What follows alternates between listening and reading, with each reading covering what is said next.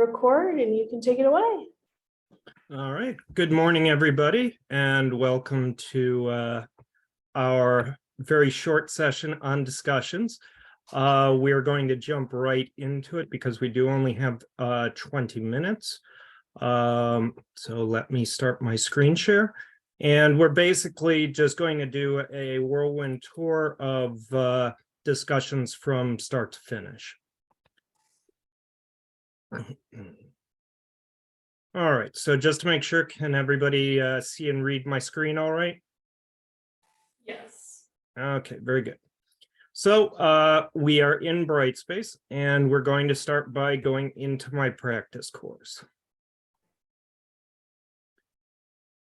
Now, as with any assessment tool in Brightspace, the easiest way to access it is usually under course tools and going to the appropriate aggregator. So in this case, we're going to go to discussions.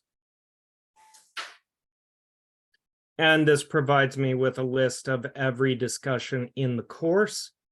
And on a quick glance, I can see whether or not a discussion is hidden and whether or not it includes an assessment, which means is it essentially graded and linked to the grade book.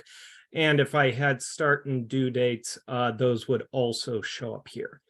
Now, you will notice that my discussion title shows up twice. This one at the top is what is called by Brightspace a discussion forum. Think of this as basically a bucket tool. So this is a bucket that I can put one discussion in or multiple discussions in. Usually, we just set it up so each discussion has its own forum.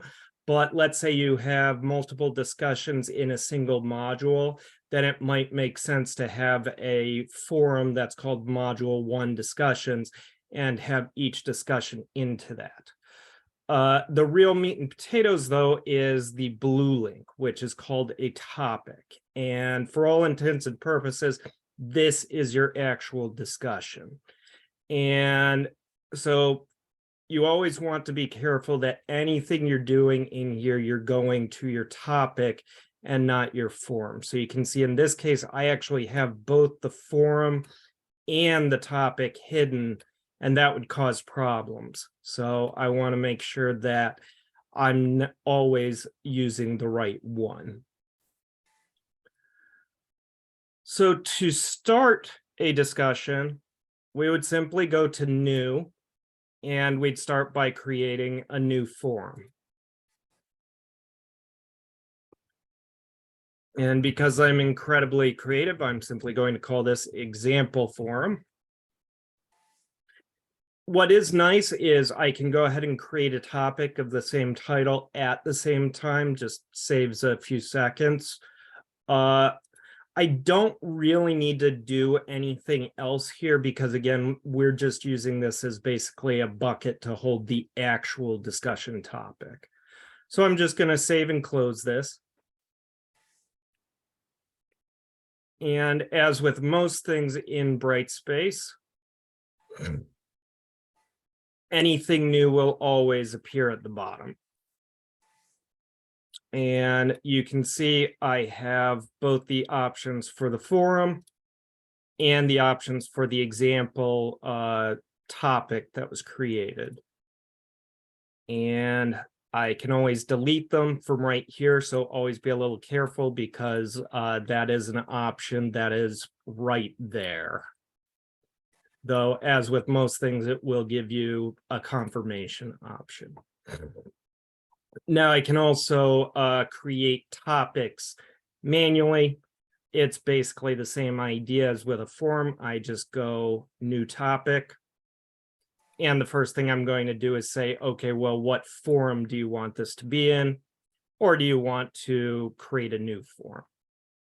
From here, this is what you'll see if you edit the discussion.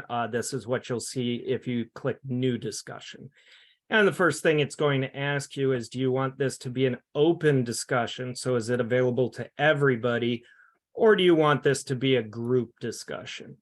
Now, in order to use the groups option, you do actually have to have groups.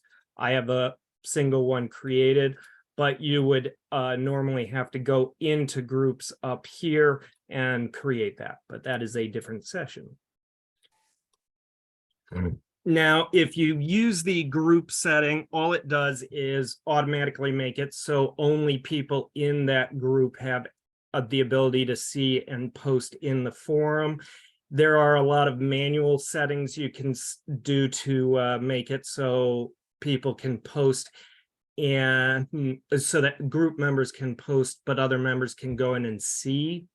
But those are pretty specific settings. So if you want to do that, I would talk to us individually. So now I'm just going to give it a topic, or sorry, a title name.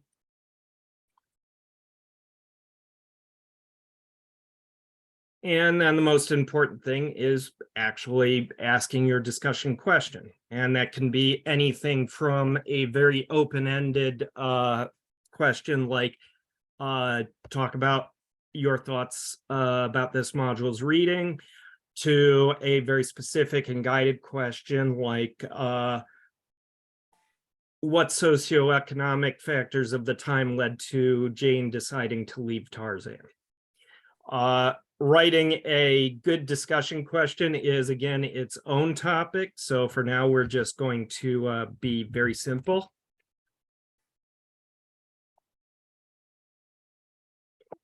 And usually you are not going to want to allow anonymous posts. In fact, I don't think we've ever used that setting. But one that's used quite often is this: users must start a thread before they can read and reply to other threads. So what that means is basically I have to post something first before I get to read anybody else's stuff. In general, I like recommending that you use that on low-level courses because you don't want somebody going in and cherry picking parts from other people's answer to Frankenstein their own stuff. But once you get to higher level courses, it's more acceptable for students to go in and look for, okay, what niche or aspect of this has not been explored, and that's what I can answer my question on. But if you want to use it, it's as easy as putting a check mark there. The last is a moderator must approve individual posts before they display in the topic. Again, we almost never use this, but where this might come in handy is if you have something like a curated reading list for the entire course. So you have something where you encourage students to post resources, but you want to be able to vet those resources before they go out to the rest of the class. And basically that just enables a button that says, hey, do you want this to become a public post? Rate posts is, it allows students to rate other students' posts. I really would recommend against using this because there's no back end to it. There's no data that you can pull, and it's really not a terribly useful feature as it's implemented, in my opinion. So that is the first tab. You'll notice there are other tabs. So the second tab is simply, when do you want students to see it? So I can always hide it from students, and that just overrides everything. So students do not see it. Or I can set a start and an end date. Now, what's neat in this, these options are actually available for everything, but this one makes them explicit, is how do I want it to be visible to students? So by default, it's going to let students see the discussion, but not actually access it before the start date. But I can make it completely hidden, or I can make it visible, I can make the question visible, but not allow them to submit it. This is actually, I think, really nice for after a discussion has ended, because you can basically stop students from posting, but allow them to go back and review those posts versus just closing the discussion down completely. The third tab is the assessment tab. So this is how you actually grade a discussion. Now, the first thing you have to decide is whether or not you want the discussion to be linked to the grade book. We did the grade book yesterday, but if you've already created something, you can link it directly to that, or you can simply click new grade item. Are you seeing that pop up? Yes. Yes. Okay. Sometimes the screen sharing is a little weird, so I want to make sure. And in this case, you just give it the name in the grade book. I always recommend you give it the same name as it has in the course to make it easy to find, but sometimes you might want to use a code like, okay, this is a discussion in module 1, and it's the first discussion, and then whatever the qualifier you want is. The short name, I usually try to avoid using this again because I don't like having things named different things across the course. It's a very easy way to get confused. But if it's really long and you just want in the gradebook view for it to be simpler, you can use this to just shorten it. Category, this refers to the gradebook category. Again, we talked about this yesterday, but it just means that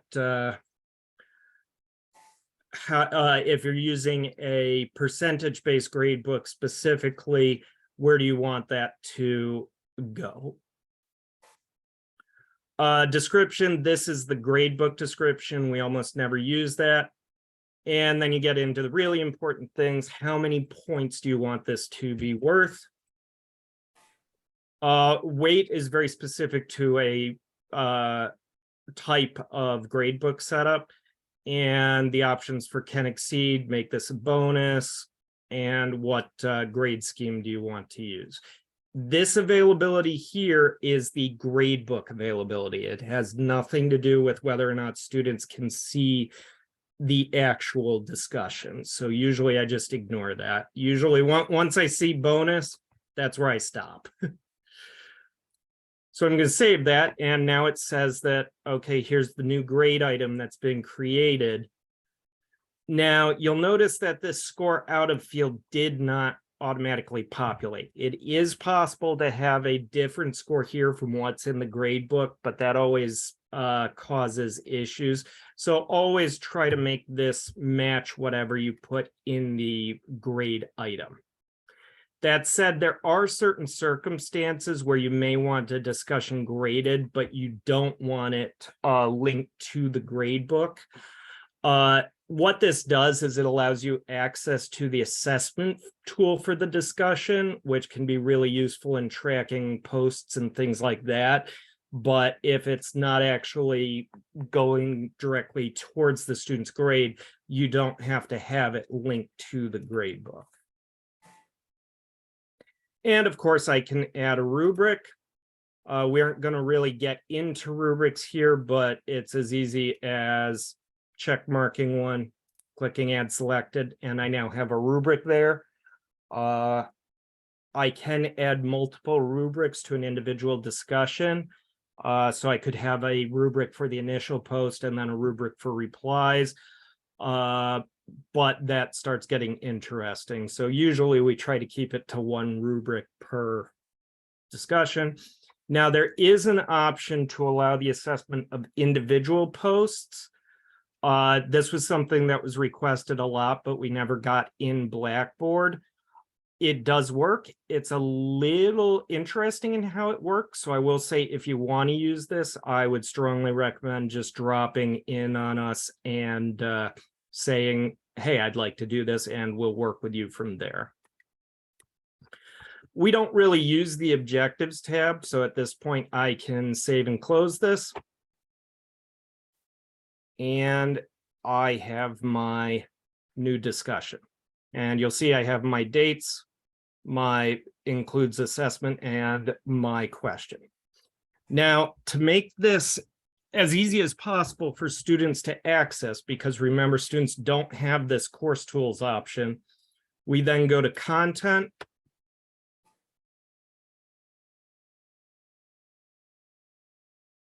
And we go to whatever module we want this to be in. In this case, I'm just going to drop it in my first one. And I go to existing activities, discussions.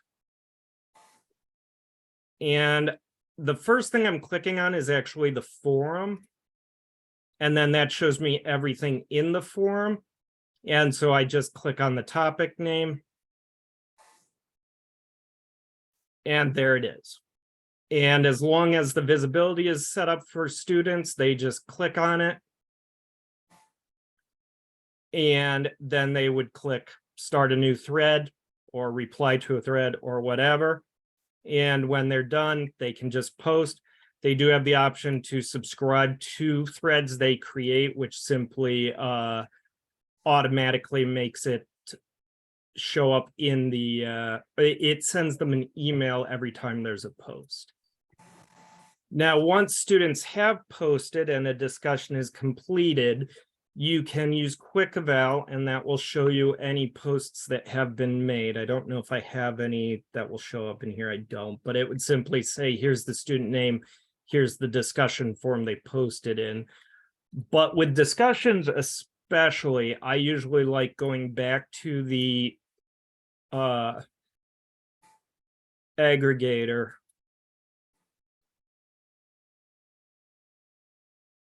and finding the discussion I want, and give me a sec to find one that actually has something in it. So this one has something in it. I'm gonna make sure I'm looking at the topic, and I'm going to assess the topic. And what this will give me is a list of every student in the course. Again, it's usually easiest if you do this at the end of the discussion, so after everybody's posted. And I'm just going to click on the first student. And I'll be able to see everything they posted. This one's really straightforward. I just posted test, and here's the text. But if I had more replies and threads, those would all show up here. I've got my rubric here, and if I want to use that, I usually like using the pop-out option, which just gives me a little pop-out that I can fill in. Or I can just give a grade directly and any feedback that I want to provide. Now, this is private feedback. Other students don't see this. If for whatever reason I wanted to give a public response, right from here, I can click on this link, and it's going to take me to that discussion, and I could make a direct reply.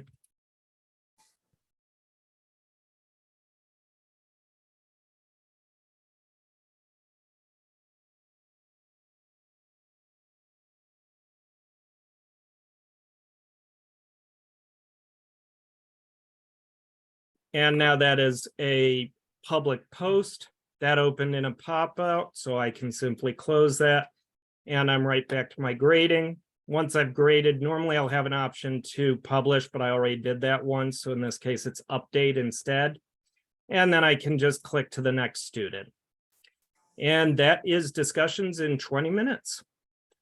So if you have any questions, we are always available Monday through Friday. Just go to help@oswego.edu, and that goes to all of us.